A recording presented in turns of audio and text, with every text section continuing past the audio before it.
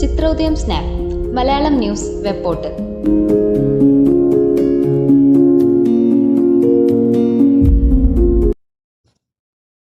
വടക്കാഞ്ചേരിയിൽ air കൂളറിൽ നിന്ന് ഷോക്കേറ്റ് 2 വയസ്സുകാരൻ മരിച്ചു.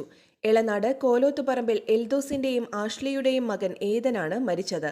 കണക്കൻതുരുത്തിയിലുള്ള അമ്മയുടെ വീട്ടിൽ വിരുന്നു വന്നതായിരുന്നു കുട്ടി. സഹോദരങ്ങൾക്കൊപ്പം കളിക്കുന്നതിനിടെ എയർ കൂളറിൽ തൊട്ട ഏതന് ഷോക്കേൽക്കുകയായിരുന്നു.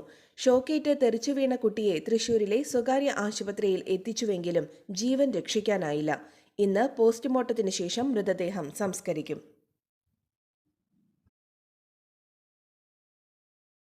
നിങ്ങളുടെ ലബോറട്ടറി സ്മാർട്ട് ആക്കൂ ഈസി ലാബ് സോഫ്റ്റ്വെയറിലൂടെ.